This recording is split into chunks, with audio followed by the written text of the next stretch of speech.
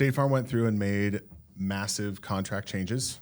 They announced that at their convention, hey, there's contract changes coming, and wouldn't tell anybody what it was. And then a week later, they dropped news on everybody with a pre-recorded message. Yeah, it's a tough scene. Welcome to another episode of the Risky Assets Podcast. Today is going to be a little more insurance-y, for sure. So this one's more powered by Greyhawk, if I had to give like a disclaimer on it. Have my business partner, Clarke, here, a former State Farm agent, and that's why I wanted to say that, because it's important. Yeah. Okay. Some of the topics are for State Farm agents and some of the big shakeups that they've had.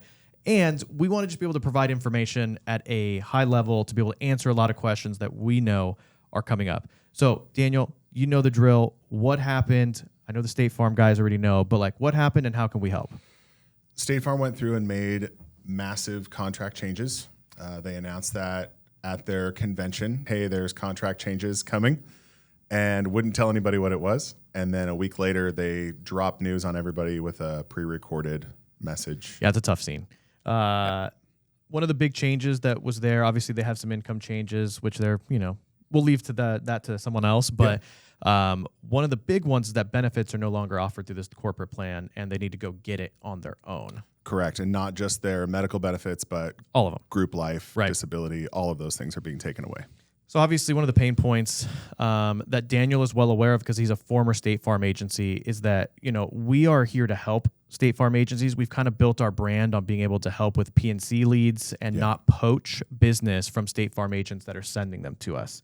Because obviously you send it to another agent, they're going to try and get all of your business. And we've basically said, hey, we won't do that. Yeah, we want to create a safe zone for them to refer. It's a very clients. safe space. Yeah. And everybody in our organization knows it too, which has been very helpful. So one of the things that we were thinking through when we heard the news is, hey, the benefits conversation is probably another good one to say, how can we help and how can we keep the back door, so to speak, closed? Because if there's P&C agents or benefits agents going after them and kind of being in their atmosphere, it could impact them and their business. So we are creating a program that's exclusive to us with BBSI, which is awesome. They're a great partner for a PEO.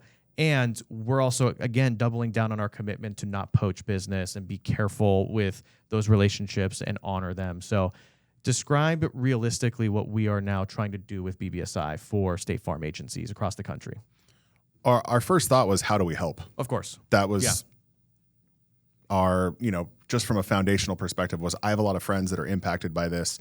We want to make sure that they're still in a place where they can get good rates for their health insurance, offer them to their team members as well, which we've seen about 30% of the agents in the country are currently doing. So maybe we can help increase that percentage, but also just help them find a safe place to place those benefits. Yeah. One of the big things too that those State Farm agency owners now are realizing is that I can't be on large group benefit rates anymore. I have to step backwards, in my opinion, to small group rates, which again, is not necessarily bad, but it's definitely going to be probably more expensive. Yeah, especially because you deal with age banding. Yeah, age banding issues. And so if you have a 55-year-old, all of a sudden looking for health insurance for the first time. Much more expensive. Yeah. So the PEO option is a good one in our opinion, because you can jump back into the large group pool. And if you had your team members on small group, you can also pull them into the large group with you and hopefully offset some of the pain that is going to be inflicted on the benefit rates. Correct. So that was definitely our thought. And then we wanted to partner with somebody who we have a lot of faith in, who's done a good job. I think BBSI is also more flexible than a lot of different PEO options. A lot more creative around risk. Much more creative. Yep. Not as also all or nothing. Some of the PEOs will make you do everything. So all that to say, we wanted to make sure that from a group plan perspective that we offered something that nobody else can. So we are the exclusive distribution channel for BBSI throughout the country. Correct. So anybody that's at State Farm that wants to get a quote,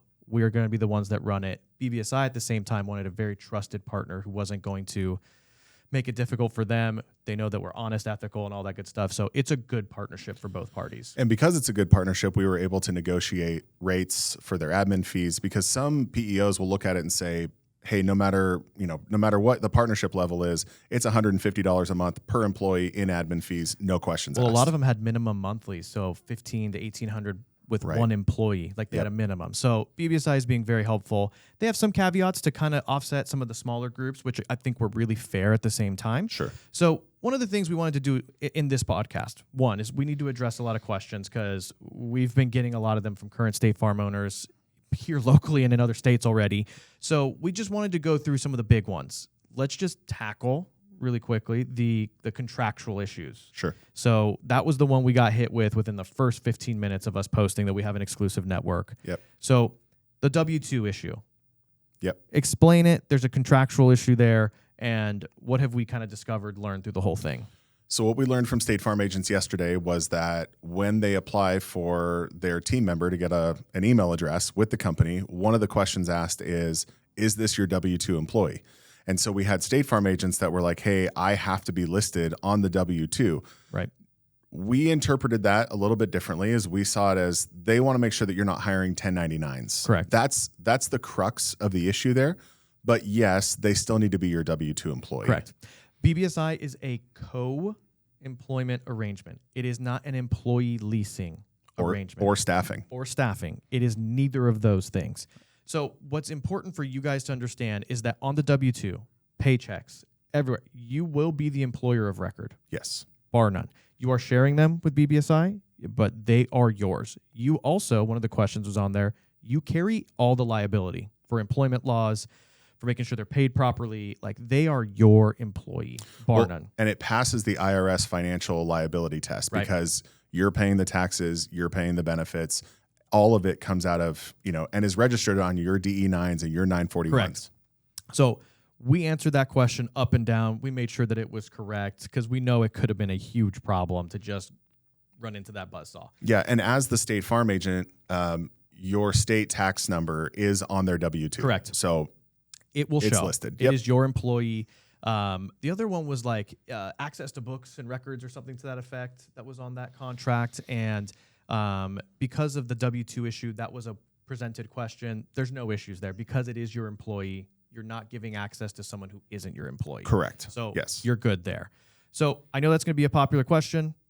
We did all the work. Well, and one of the things that we found out is that a lot of agents will or used to hire out to like work on their beginning of day reports and things like that. And so they were giving 1099s access. Correct. And so State Farm wasn't comfortable with that because it's a captive agency. They're like, hey, trade secrets, all of those things. So we were able to address it.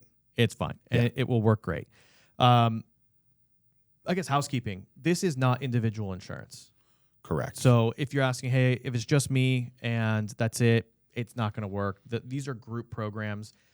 BBSI will do us a solid and go all the way down to 2 employees on this. But which most PEOs won't. They won't. There has to be at least 2.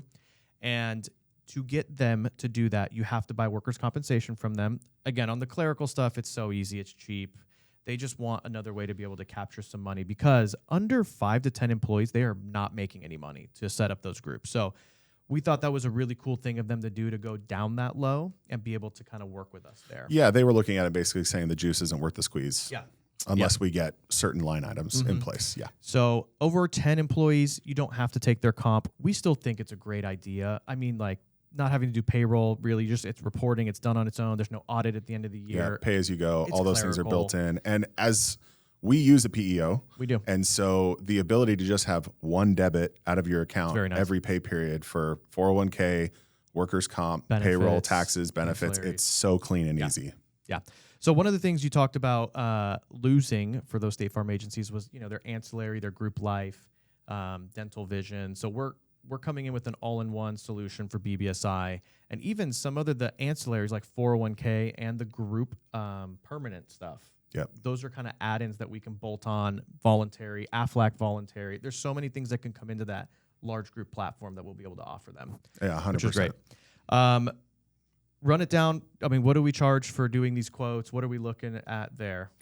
We're not charging for quotes. All the phone calls are coming directly to me. So we're also staffed and ready for that. We've prepared BBSI for the type of volume that could take. We also utilize a lot of our technology in order to onboard that. Yep. So we have an online portal that agents can put their information, census data, all that stuff to make it clean and simple. Yeah. One of the things that I know agents are going to ask if they're in different states, how are they going to be supported? There are local branches all over the country for BBSI. You'll be assigned to a local for all of your payroll, HR, 401k, like all that stuff. The medical is run nationally, so that's not as big of a concern. It's a national platform, so very easy there. But they will have support, whether it's Greyhawk up front or their local office. Correct. Yeah. As far as the coverage, it's a nationwide plan. It is with Aetna as the main. That's the Kaiser wrap. Yep. The Kaiser wrap all through the country. They have some different offerings in different states. If you're in one of those states, we can look at it. But Aetna obviously is a big player in the networks, and they have a broad range of doctors and networks all through the country. So we're not really worried at all about that. And then you have Kaiser, which is a great option for a lot of people as well. One of the unique things BBSI is doing is they have 2 onboarding dates. You want to speak to that?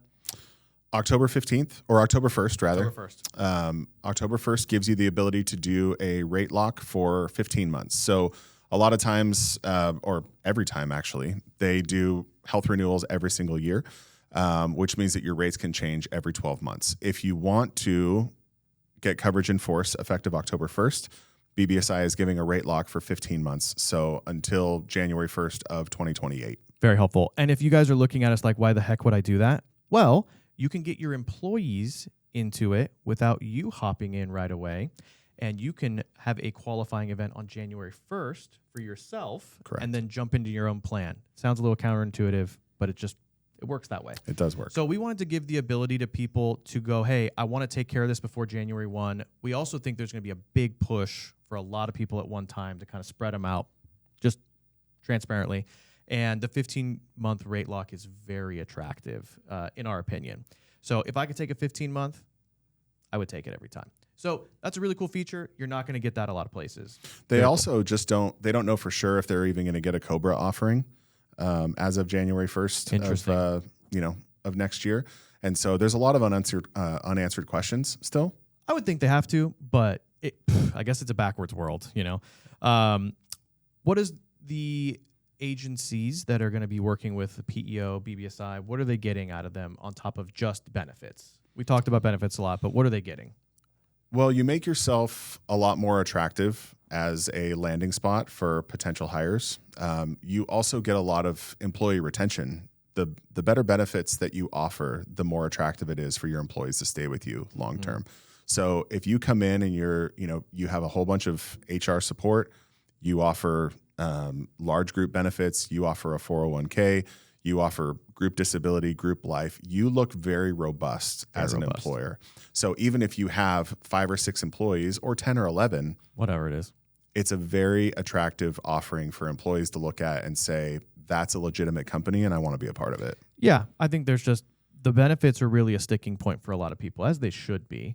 So we know that they have a lot of voluntary products that are still very cool to be able to put in front of people on top of all the other stuff that's going to be medical, dental, vision, the simple stuff that everybody understands. So it is good. We also just want to be upfront that this product isn't going to be for everybody. Sure. So, they're still going to have to do a credit check.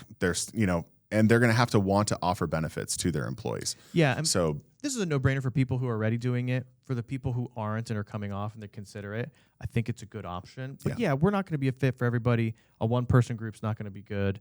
But we know that the benefits cost difference is going to be substantial. So you guys should at least look at it. It will make a difference into your buying decision for sure. Okay, so we're going to work out what quotes look like. We're going to start working on the October 1st.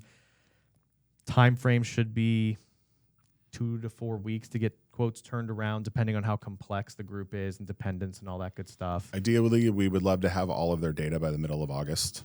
Yep. That gives us a 6-week run in order to get everything set up. Yep. And you want to be saying yes before the 15th of that. So September 15th is when we want people to be signed up, paperwork, making sure we have enough time to get ID cards out and all that good stuff for benefits. It's also just going to be a process if they do currently offer benefits. And, I spoke with an agent yesterday who had several employees that are on an Obamacare product. Right. So if now he's coming into a space where he's saying, hey, I'm going to pay 75 or 80% of this bill. Let's do a comparison on the benefits plan. So we also just want to give them time to walk their employees Everyone through needs that. time. Yep. Yeah. And so we do too. So it's going to be good.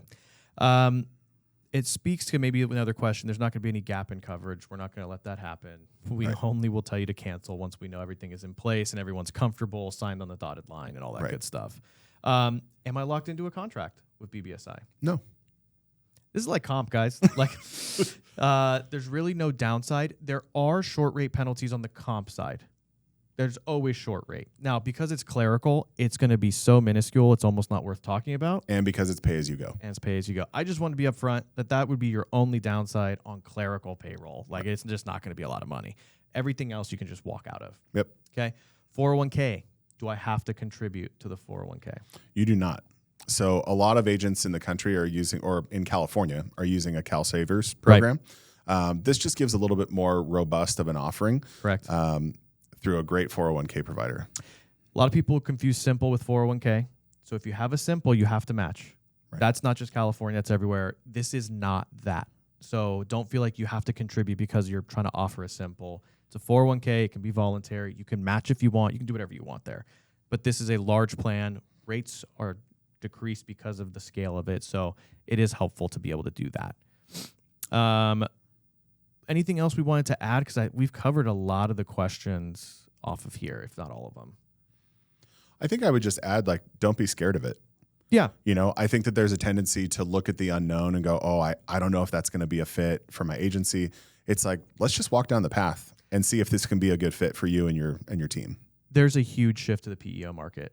Yep. We've discovered this over the years. What used to be a couple percentage points of the market was in it. Now it's pretty close to 20 and some change of companies in PEOs. They are very well set up where they maybe didn't used to be 15 years ago when I started. It was kind of the Wild West. It is not like that. They are very clean, put together. They have to be that way to compete in the marketplace now. And it's important for State Farm agents to know that this is what their competitor agents are also using. Mm-hmm. So competitive agencies who are trying to take your team members, who are trying to hire from you, they use PEOs to give a more robust benefits offering. The last thing I would say is we did ask BBSI, give other State Farm agencies in this already, and they do. So if any State Farm agent wants to get connected to those people, we can definitely do that and kind of play matchmaker for the information and how great it is. The benefits offering will be a huge difference maker. Once you understand it and you know other people are using it, you will feel better about it. Yeah. So if you need a connection point, we can definitely do that. Otherwise, from our perspective, our commitment is to, again, help State Farm agents from the core, protect them from other brokers who could be trying to use it as a way to poach other business in the local area. So our commitment to you guys, on top of the helping, is to make sure that we are not, and nobody in our agency is poaching your business. We think that's very important to y'all. So if you have any questions, let us know. Daniel will have all of his information in there. By the way, not a service. You are calling Daniel Clarke. He is very committed to this. We know there's 20,000 of y'all out there, but he wanted to make sure that he was talking to you personally. That's unique. This is near and dear to my heart. Yeah. I was a State Farm agent for 9 years, and I think I was telling the guy at NAFSA yesterday that I'm one of the few that left on really good terms and look back on my time at State Farm with a lot of fondness. Right.